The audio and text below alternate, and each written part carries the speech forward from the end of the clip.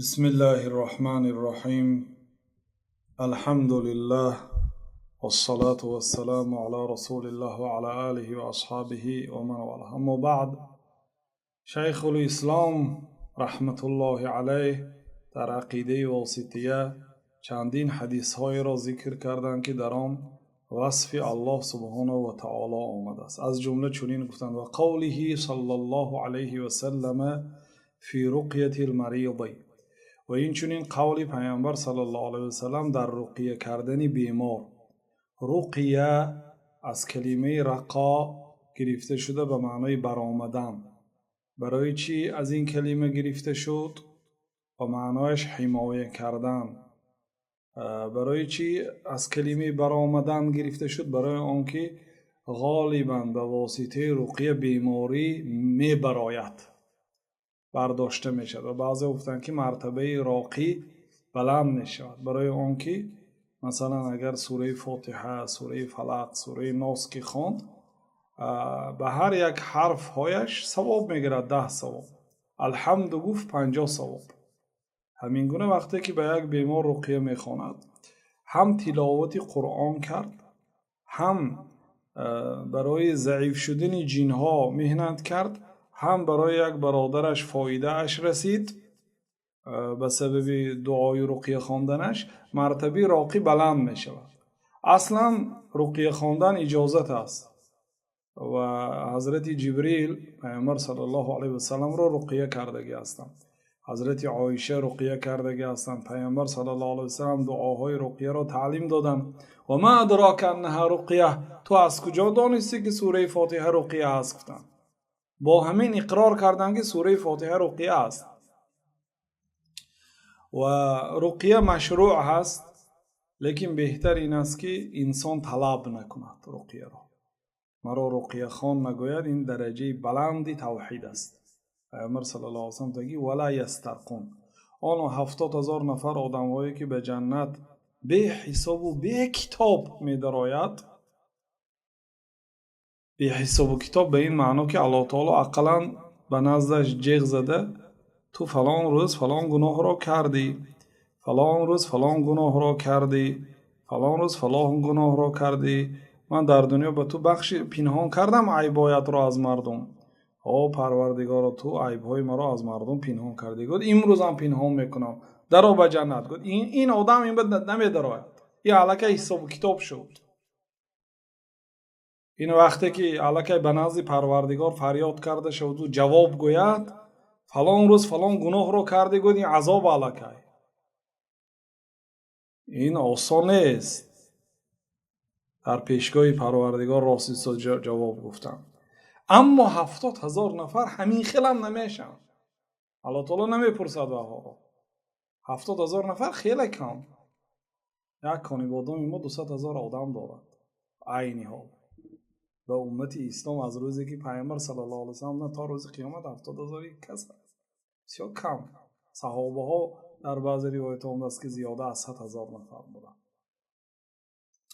خب علمای اگر حساب کنیم زیاده از 100,000 عالم بودند در عصرهای پیش. بنابراین آن آدم هایی که 4 صفت ذکر کردن، یکی همین 4 صفت ولا یسترقون، طلب رقیه نمی کنند. داملا یا دعا بخوان، داملا یک من خواندمانید، داملا یک دعا تید نمی گفت.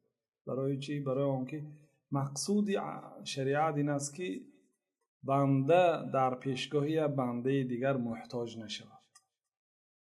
انما اشکو بثی و حزنی الی الله، من شکایت خودم، غم و غصه خود را به الله تعالی میکنم.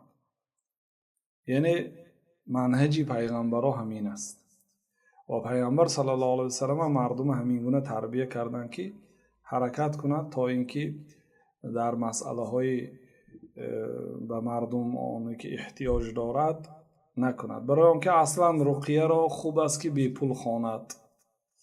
وقتی که بی پول می خواند و وقتی که شما التماس میکنید، یعنی گویا که شما التماس دارید احتیاج، اما دکتر این به دکتر هیچ گپی ندارد. ولی بعضی علما به دکتر هم نمی رفتند توکل به الله تعالی میکردن، سبب های شرعی میگذارن. توکل به الله همون وقت توکل به الله میشد که سببم گرفته باشد. بدون سبب توکل کند توکل میشد. توکل نه، توکل. توکل گرفتنی سبب و تکیه کردن به الله تعالی. لیکن سبب شرعی هم سبب است. مثلا پروردگار مرا شفا ده، گفته دعا کنید، سبب گرفته دعوتش میشه. بنابراین رقیه بیمار، علما رحمت الله علیهم در تاریخ یگان عالم را نمیدانم که برای خود رقیه خوانی را یک گویم کسب یا اینکه با همین مشهور شده است مولای جنبرار، مولای جنخان، این خیل نبود در تاریخ. عالم بودن، مفتی بودن، قاضی بودن، مدرسی مدرسه بودن، خطیبی مسجد بودن. یگان بیمار آمده یگان شکایت کنند، یک دو آیت میخواندن، صوف میکردن. لیکن مخصوص از سحر تا بگاهی و فقط با همین نامی جنخانی و رقیه خانی و زندگی هم از بالای همین نبود در تاریخ اسلام. مفتی بودن، چه خیلی گفتیم، قاضی بودن، عالم بودن، خطیب جمعه بودن، امام مسجد بودن. با وجود همین یگان محتاج بیاد میخواندن. یا اصلا پیامبر صلی الله علیه وسلم بیمار را وقتی که میدیدن خود رقیه میکردن بدون طلب. وقتی که پیامبر صلی الله علیه وسلم بیمار شدن، حضرت عایشه رقیه کردن. پیامبر صلی الله علیه وسلم طلبم نکردن از عایشه. وقتی که عایشه رضی الله عنها رقیه کردن، پیامبر صلی الله علیه وسلم رقیه نخوانم نگفتن. یعنی شما وقتی که بیمار عیادت میرید بخوانید، خوانید 7 مرتبه سوره فاتحه خوانید، صوف کنید. یا اینکه خودتون بیمار باشید یا فرزندتون بیمار باشه، آب بگیرید 7 مرتبه سوره فاتحه را به آب نزدیک شده خوانید، بعد آبتید خورد. ابن القیم رحمت الله علیه میگه که در مکه بیمار شدم، نه طبیب بود و نه دوا. نه طبیب بود نه دوا بود. با آب زمزم و سوره فاتحه خود را طبابت کردم. حتی یک آدم وقتی نماز جمعه در صف پیش نشسته بوده است، وقتی پیشابش سخت تنگ میکند، اگر رود برآید از مسجد، دیگه نماز از دست میدهد. آبی زمزم خورده است، به جای اینکه مثلا خودش حاجتی به حاجتخانه دارد، باز آبی زمزم خورده است، برای اینکه آبی زمزم شفا هست. خلاصه رقیه اجازت است از نگاه شریعت، سنت است. پیامبر صلی الله علیه وسلم دعاهای تعلیم دادن و آیات‌های را گفتن که این آیات‌ها برای رقیه هست. مقصد برای رقیه محض برای رقیه نیست، برای بیمارها خوانده می شود. فقط با آیت قرآن و حدیث های پیامبر صلی الله علیه وسلم و دعاهای درست باشد. اگر رقیه با سخنهای نامعلوم باشد، معنا ندارد، هیچ کسی معنای آن را نمیداند، یا سخنهای باطل و شرکی باشد، این نوع رقیه حرام است.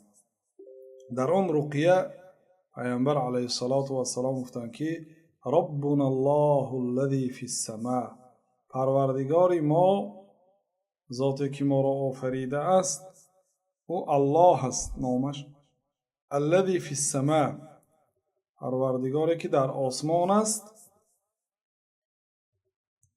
تقدس اسمک، پاک است نامت. پروردگار ما اللهی که در آسمان است. گفتن شاهد این است که الله تعالی در آسمان است.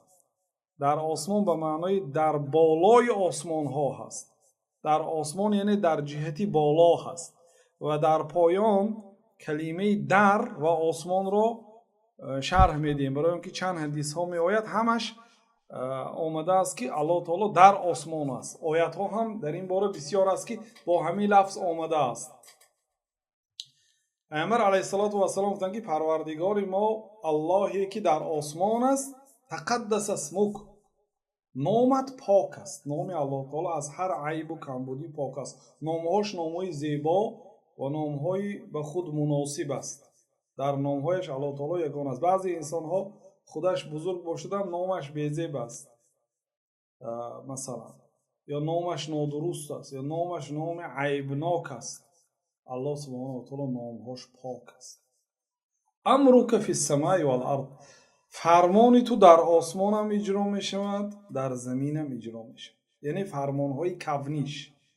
اما فرمانهای شرعیش در آسمان اجرا می شود 100%، اما در زمین 100% اجرا نمی شود. مقصود میگن علما در اینجا امری کونی. کونیش چی؟ امرهای پروردگار به دو تقسیم می شود، کونی و شرعی. کونیش علاج اجرا نشدن ندارد. وقتی که الله تعالی کن که گفت فیکون، پس می شود. وقتی که الله تعالی امر میکند، امر کونی الله تعالی اجرا می شود. مانند اینکه فلانی هلاک شو، در حال هلاک می شود. فلانی بیمار شو، بیمار می شود. فلانی نماز خون، نماز نمی خواند. هر روز قرآن، در هر یک روی قرآن چندین مراتبه الله تعالی نماز خوانید، زکات دهید، نماز خوانید، زکات، ظلم نکنید. این امرهای شرعی که هست، این هر کی اطاعت نمیکنه. لیکن امری مثلا اگر ببینید یه آدم وفات کند، مردم چی میگن؟ بندگی کرد است میگن، یا اینکه بندگی رو به جا آورد است میگن. چی معنا دارد؟ بندگی، بنده این غلام باید گفتی خواجه خود را اجرا کند. وقتی که الله تعالی مر گفت، مرد، بندگی اجرا کرد. لیکن وقتی که نماز خوان، دین مقدس اسلام احترام کن، ظلم نکن گفت، اطاعت نکرد. لیکن وقتی که فرمان داد که وفات کن، هلاک شو، دیگه امکانیت رد این رو ندارد. برای همین میگم که بندگی رو به جا آورد. امرک فی السماء والارض، امری تو، فرمانی تو در آسمان و در زمین اجرا می شود. کما رحمتک فی السماء اجعل رحمتک فی الارض، چخیلی که در آسمان رحمتت هست، واقعا رحمت الله در آسمان است. برای همین هم در آسمان الله تعالی گناه کرده نمی شود. به زمین هم یک جزئی از رحمتت را نازل کن. اغفر لنا حوبنا و خطایانا، ما را مغفرت کن گناه های ما را. حوبنا یعنی گناه های کبیره ما را، و خطایانا گناه های صغیره ما را. انت رب الطیبین، تو پروردگار پاک ها هستی. پاک ها یعنی پیغمبرها و آنهایی که پیغمبرها را در نیکی پیروی میکنند، یعنی گفتی پیغمبرها را اجرا میکنند. انت رب الطیبین، تو پروردگاری پاک ها هستی. الله تعالی پروردگاری همه چیز است. رب کل شیء، پروردگاری تمام چیز است. پروردگاری شیطان های هم هست، ولی که اینجا رب الطیبین اضافه و تشریف و تکریم، اضافه احترام و بزرگداری. وقتی که پروردگاری پاک ها گفتیم، پاک ها و پروردگار اضافه شد. چخیلی که خانه الله گفته میشد مسجد، مسجدها خانه الله، و الا کوه های هم ملک الله، تمام زمین ملک الله. لیکن مسجد اضافه کرده میشه، اضافه تشریف و تکریم، اضافه به الله تعالی کرده میشد که همچنین احترام مسجد که احترام خاصه دارد. تو پروردگار پاک ها، انزل رحمت من رحمتک، یعنی رحمتی را از رحمتهایت نازل کن. و شفاء من شفایک، شفای از شفاهایت را نازل کن. علی هذا الوجع، بر همین درد. این دعا از جانب رقیه کننده و شخصی بیمار، یعنی اول وسیله کردن، بزرگداشت الله تعالی کردن و در آخر شفا پرسیدن. مهربانی از مهربانی های خود را نازل کن و شفای از شفاهای خود را بر این بنده و بر بیماریش نازل کن. شیخ الاسلام چی گفتن؟ حدیث حسن رواه ابو داود، این حدیث حسن است، ابو داود رحمت الله علیه در سنن روایت کرده است. یعنی در این حدیث شاهد این است که پروردگار ما الله هست، او در بالا هست، در بالای 7 قبت آسمان، در بالای عرش است. از الله تعالی بالا دیگه چیزی نیست. قوله الا تأمنونی و انا امین من فی السماء رواه البخاری و غیره. پیامبر صلی الله علیه و سلم در دیگر حدیث داد که آیا شما مرا امانت نگهدار نمی حسابید؟ حالا آنکه من امینی آن ذاته که در آسمان است، من امانت نگهداری الله هستم، شما مرا امانت نگهدار نمی حسابید. من گفتی الله تعالی را تغییر نداده به شما میرسانم. اگر من خیانتکار میشدم الله تعالی به من وحی نازل نمیکرد. من امانت نگهداری آن ذاتی که در آسمان است، شما مگر مرا امانت نگهدار نمی حسابید؟ وقتی که مال تقسیم کردن پیامبر صلی الله علیه و سلم به بعضی انسان ها پول بسیار میدادن، به بعضی آدم ها کم.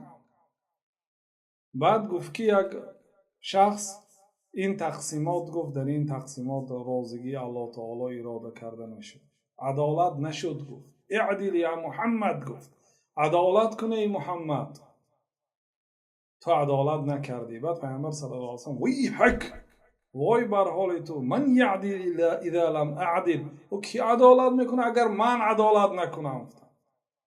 اگر پیغمبر علیه السلام عدالت نکنه دیگه کی عدالت میکنه؟ واقعا راست گفتن. بعد همین گپ را گفتن که من امینی آن ذاتی که در آسمان است. یعنی در این آیت، در این حدیث اثباتی این که الله سبحانه و تعالی در بالای 7 قبض آسمان است و در جهتی بالا است. و قوله، و در دیگر حدیث پیامبر صلی الله علیه و سلم میگه والعرش فوق ذلك، عرش در بالای بحر است، والله فوق عرشه، و الله تعالی در بالای عرش است، و هو یعلم ما انتم علیه، الله تعالی میداند آن کاری که شما میکنید. اصلا این حدیث حدیثی دراز است، حدیث حسنون، شیخ الاسلام میگه حدیث حسن است، رواه ابو داود و ترمذی و غیرهما. این حدیث را ابو داود و ترمذی و غیر آنها روایت کردند. این حدیثی دراز است. پیامبر صلی الله علیه و سلم روزی به صحابه گفتند که این چی است؟ گفتن ابر را نشان داده. گفتن که ابر است. بعد 3-4 نام های مرادف ابر را نام گرفتن. بعد صحابه گفتن بله این ابر است. بعد پیامبر صلی الله علیه و سلم گفتن که مابین زمین و مابین آسمان چقدر هست؟ صحابه ها گفتن نمیدانیم. پیامبر صلی الله علیه و سلم گفتن که 500 سالینه راه هست در یک روایت. بعد غفصی آسمان یکم رو پرسیدن میدانید عددش رو؟ گفتن نمیدانیم. مابین زمین و آسمان است. گفتن غفصی آسمان یکم. بعد بین آسمان دوم و سوم را گفتن، یکم و دوم سوم چهارم پنجم میخواد. بعد با آسمان هفتم رفتن، گفتن که در بالای وای آب است. گفتن در بالای آسمان هفتم و در آخر در بالاترین منزلت عرش است و عرش تمام مخلوقات را احاطه کرده است. والله فوق العرش، الله تعالی در بالای عرش است. گفتن هر یک عملی که شما اجرا میکنید الله تعالی با خبر است. خب این حدیث دلالت میکند که الله سبحانه و تعالی در بالای عرش است و عرش از همه مخلوقاتی بلند است. و قوله للجاریه، این چون قول جناب رسول الله صلی الله علیه و سلم به جاریه، به یک دخترچه کنیزه که معاویه ابن حکم رضی الله عنه بود. در روایت ها آمده است که معاویه او را یک شپاتی میزند هر وقتی غضبش، کنیزه کش را. بعد پشیمان میشود و آمده به پیامبر صلی الله علیه و سلم میگوید که همین مقصد کنیزه که زدم، میترسد از الله تعالی که فردا به همین زدگیش جزا داده میشود. بعد به پیامبر صلی الله علیه و سلم پیشنهاد میکند که افلا اعتقها، یا آزاد کنم او را یا رسول الله، به خاطر اینکه زدم آزاد کنم. بعد پیامبر صلی الله علیه و سلم بله میگم بیار به نزد من آور. وقتی که میبیارد پیامبر صلی الله علیه و سلم 2 سوال میدهند. این دلالت میکند که اگر غلام ایمان آوردم گوید و صاحبش او را آزاد کردنی باشد، یا به رتبه امتحان کرده شود، برای آنکه احتمال است که برای آزاد شوی ایمان آورده باشد. برای آنکه اصلا در نزد جماهیر علما باید غلام مسلمان آزاد کرده شود، نه کافر. الله تعالی در بسیار جاهای قرآن مطلق گفته است که فتحریر رقبه، شما غلام آزاد کنید، غلام آزاد کنید، غلام آزاد کنید. غلام آزاد کردن ثواب عظیم دارد. لیکن در یک جا میگوید که فتحریر رقبت مؤمنه، شما غلام مؤمن آزاد کنید. انا همین علما میگن که حمل المطلق علی المقید، این قاعده اصولی هست. سخنهای مطلق الله تعالی را به سخنهای مقیدش حمل کرده میشد. یعنی در تمام جاها الله تعالی غلام آزاد کن گفت، در یک جا غلام مسلمان آزاد کن گفت، یعنی مقصد غلام مسلمان است، فقط غلام مسلمان آزاد کرده میشد. بنابراین پیامبر صلی الله علیه و سلم امتحان کردن. سوال یکم همین است که عین الله گفتن، الله تعالی در کجا هست؟ کلمه عینه به همان چیز داده میشد که او دارای مکان باشد. و الا این سوال از جانب پیامبر صلی الله علیه و سلم اگر الله تعالی مکان نمیداشت، سوالی بی منطقی میشد، سوالی بی آدابی میشد. عین الله، پیامبر صلی الله علیه و سلم عالم ترین امت درباره الله تعالی هستند. در کجا الله؟ عینه در لغت عرب به معنای در کجا هست و در کجا رو به یک چیزی گفته میشد که به مکان دارد. و وقتی که ما الله تعالی مکان دارد میگیم، این معنی اون ندارد که الله تعالی در داخل همون مکان باشد. لیس کمثله شیء، مانند الله تعالی چیزی نیست. سپس وقتی که الله تعالی مکان دارد میگیم، این معنی اون ندارد که الله تعالی به مکان محتاج است. نه، لیکن قولی پیامبر صلی الله علیه و سلم که عین الله، الله تعالی در کجا هست، این دلیل بسیار روشن و واضح هست که الله سبحانه و تعالی در یگان جای هست. عین الله، بعضی علما میگن که فیه دلیل علی جواز سؤال عن الله بعینه، این دلالت می‌کند که الله تعالی در کجا هست گفته پرسیدن اجازت هست. پیامبر صلی الله علیه و سلم پرسیدن قالت فی السماء، دخترچه گفت که الله تعالی در آسمان است، یعنی به معنای در بالا هست. من انا، سوال دوم، من انا، من کی؟ گفت که انت رسول الله صلی الله علیه و سلم، شما رسول الله هستید. گفتن که اعتقها فانها مؤمنه، آزاد کن که این مؤمن است.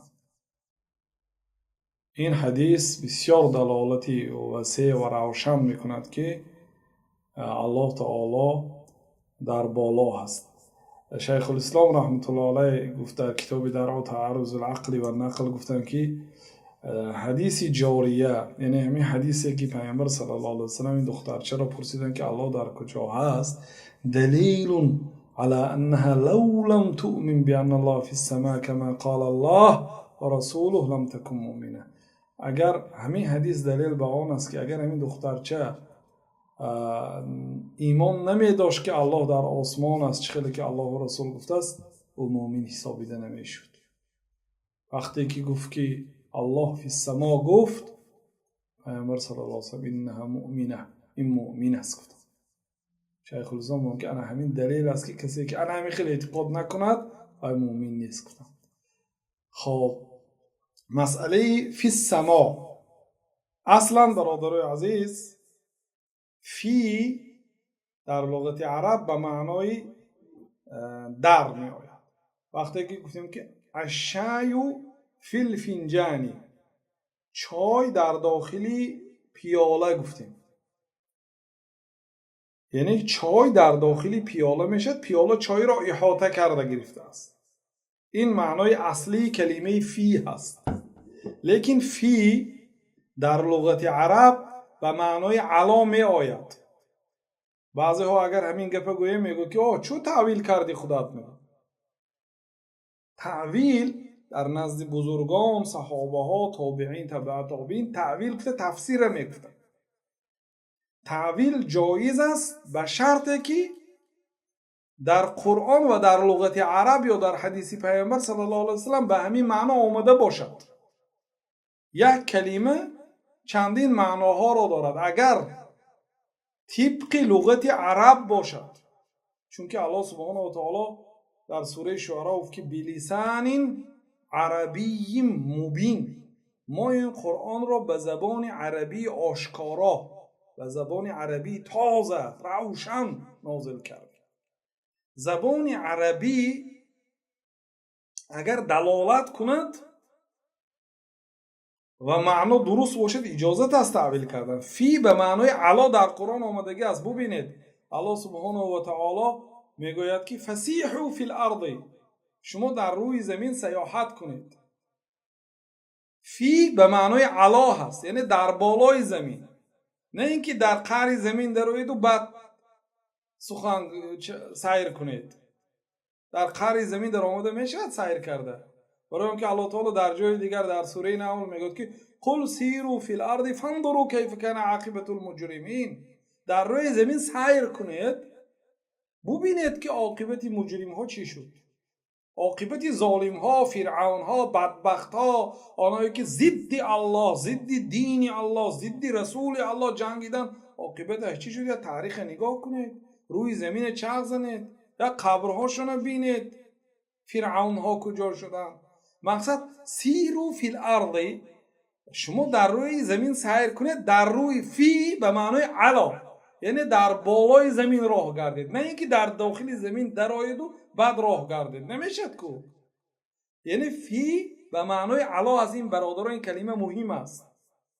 اشعری ها میگن که شما تعبیر میکنید کلمه فی رو، میگن وقتی که به عقیدتون توغی نگیرید. ما تعبیر نمیکنیم اون چیزی که الله تعالی تفسیر نکرده است. الله تعالی فی را در قرآن کریم، نه فقط در لغت عرب، در قرآن کریم فی به معنای علا آمده است. در سوره طه الله تعالی نقل کرد از فرعون که فلا اقطعن ایدیکم و ارجلکم من خلاف ولا اصلبنکم فی جذوع النخل. من گفت دست و پایهای شما را برخلاف میبرم، یعنی دست راست پای چپ را میبرم از آن شما را، و لأصلبنکم فی جذوع النخل، من شما را در بالای تنه درخت خرما میبندم و دار میکشم، چارمیخ میکنم. جذوع النخل درخت خرما، تنی درخت خرما، نه اینکه درخت خرمای کفاند و در مابین تنه درخت جایگیر کند، نه. علا فی به معنای علا آمد. فی جذوع النخل، علا جذوع النخل، یعنی بر تنه درخت خرما من شما رو میبندم، چارمیخ میکنم بعد اینکه دست و پاهایتون رو بریدم. یعنی اینجا فی به معنای علا آمد. هر چیزی که قرآن تفسیر کرده است، حتی اگر در لغت عرب همین چیز آمده باشد، درست است تعبیر کردن. برای چی کتاب های لغت عرب رو میخونیم، شعرهای زمان جاهلیت رو میخونیم؟ برای چی؟ برای اونکه برای فهمیدن لغت عربی، برای فهمیدن قرآن و سنت. و این چنین آسمان در قرآن کریم به معنای مطلق علو آمده است. معنای آسمان بلندی. الله تعالی در آسمان است میگوییم، معنای اینه ندارد که آسمان الله تعالی را احاطه کرده است. حاشا، الله پاک است از این چیز. الله تعالی ذات کبیر است، ذات بزرگ است، او را چیزی از مخلوقاتش احاطه کرده نمیتواند. الله تعالی بیرون از مخلوقات است، بیرون از عالم است. چیزی الله تعالی را از مخلوقاتش، حتی عرش هم با وجود عظمت و بزرگیش، الله تعالی را احاطه نمیکند. وقتی که الله تعالی در بالای عرش میگیم، این معنی اینه ندارد که الله تعالی به عرش محتاج است، بلکه الله تعالی از همه چیز بی حاجت است. ببینید ابر در بالای زمین است، لیکن به زمین محتاج نیست. آسمان در بالای زمین است، به زمین محتاج نیست. مخلوق در بالای مخلوق است، به مخلوق پایانی حاجت ندارد. چگونه پس الله تعالی که خالق است و به مخلوقاتش حاجت پیدا میکرده؟ هیچگاه. الله سبحانه و تعالی پاک است و یگان مخلوقش از جمله به عرش حاجت ندارد. کلمه سما در لغت عرب به معنای علو می آید، بلندی. و انزلنا من السماء ماء طهورا، در سوره فرقان الله تعالی میگه که ما از آسمان آبی پاک نازل کردیم. آب از کجا نازل شد؟ از ابر یا از آسمان؟ آب از ابر نازل شد. ابر اینقدر دور نیست. در بعضی کشورها من ابر دیدم از بالای مثلا کوه، ابر در پایان است، یا در بعضی دولت ها، در بعضی آشیانه های بلند ابر از مهمانخانه پایان است. الله تعالی گفت که ما آسمان آب را از آسمان نازل کردیم. مراد از بلندی، در نظری تماشا کننده میبیند آب از آسمان آمده ایستاده است. یعنی از بلندی، از جهتی بلندی الله تعالی در بالا هست. و این حدیث چه خیلی که گفتیم دلالت به جایز بودن امتحان در عقیده میکند. فقط در دو جا امتحان کردن اجازت است میگن علما. جای یکم همین خیل کنیز و غلام هایی که ایمان آوردند پیش از آزاد کردن امتحان کرده میشوند. و جای دیگر این است که خیلی که الله تعالی در سوره ممتحنه میگوید یا ایها الذین آمنوا اذا جاءکم المؤمنات مهاجرات فامتحنوهن الله اعلم بإيمانهن فإن علمتموهن مؤمنات فلا ترجعوهن إلى الكفار لا هن حل لهم ولا هم يحلون لهم. ای آنهایی که ایمان آورید اگر مؤمن زنها هجرت کرده و نزد شما آیند امتحان کنید آنها را. یعنی بودن بعضی زنهایی که کافر بودند بعد اسلام قبول کردند و آمدن به دیار مسلمان ها از مکه. مکه دارالکفر، اهل مکه کافرهای مشرکا. بعضی زنها ایمان آورده آمدن، الله تعالی که امتحان کنید آنها را. الله اعلم بإیمانهن، الله تعالی به ایمان ایشان داناتر است. آیا ایمانشان حقیقی است یا برای خبربری و جاسوسی آمدن؟ یعنی بودن شخصیتایی که ظاهرا اسلام قبول میکردن و به دیار مسلمان ها گویا یک شخصی پناه برنده می آمدند محتاج به مسلمان ها، ولی آنها خبری مسلمان ها را به کافرها می دادند. بنابراین الله تعالی گفت که امتحان کنید، الله تعالی به ایمان آنها داناتر است. فإن علمتموهن مؤمنات، اگر دانید که آنها مؤمن هستند فلا ترجعوهن الی الکفار، آنها را به کافرها بر نگردانید. اگر کافرها آمده طلب کند که این چی ما هست، شهروندی ما هست، خود آمده طلب کند شما نتید. برای چی؟ لا هن حل لهم، این زنهای مسلمان به کافرها حلال نیستند. ولا هم یحلون لهن، مردهای کافرها به مسلمان زنها حلال نیستند. خلاصه در اینجا هم امتحان کردن اجازت است. و این حدیث جاریه بسیار دلالتی روشن و واضح می کند که الله سبحانه و تعالی در بالای 7 قبض آسمان در بالای عرش است و الله سبحانه و تعالی به هیچ چیزی حاجت ندارد. در اینجا پیامبر صلی الله علیه و سلم این گونه سوال را دادند. وقتی که دخترچه جوابی درست داد، باری سوم پیامبر صلی الله علیه و سلم گفت که آزاد کن چون او مؤمن است. ببینید در با مراتبه اول سوال دادن این الله، الله تعالی در کجاست. اصلا این گونه سوال اگر نادرست میشد سوال دادن اجازت نبود. پیامبر صلی الله علیه و سلم سوال عقیدوی دادن، درباره مکان الله تعالی پرسیدن. دومش دخترچه گفت که در بالا هست و پیامبر صلی الله علیه و سلم تصدیق کردن. و این حدیث در صحیح مسلم است. حدیث صحیح است، یگان غبار ندارد.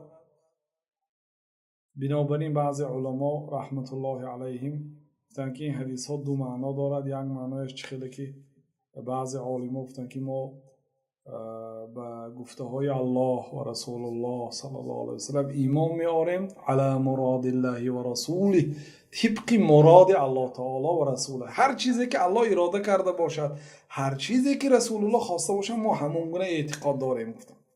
و بعضی علما تعویل میکردن مانند علمای اشاعره که در این باره ما در دیگر صحبت ها گفته گذاشتیم و انشاءالله در صحبت آینده هم در همین موضوع شیخ الاسلام رحمت الله علیه یک چند حدیث های صحیح را ذکر میکنن که در آن وصف الله سبحانه و تعالی در بالا بودنش با ذاتش و با علمش همراهی مردم بودنش را در آن حدیث ها ذکر شده است و در همین قدر کفایتی میکنیم. والله اعلم و صلی الله و سلم علی نبینا محمد و علی آله و صحبه اجمعین.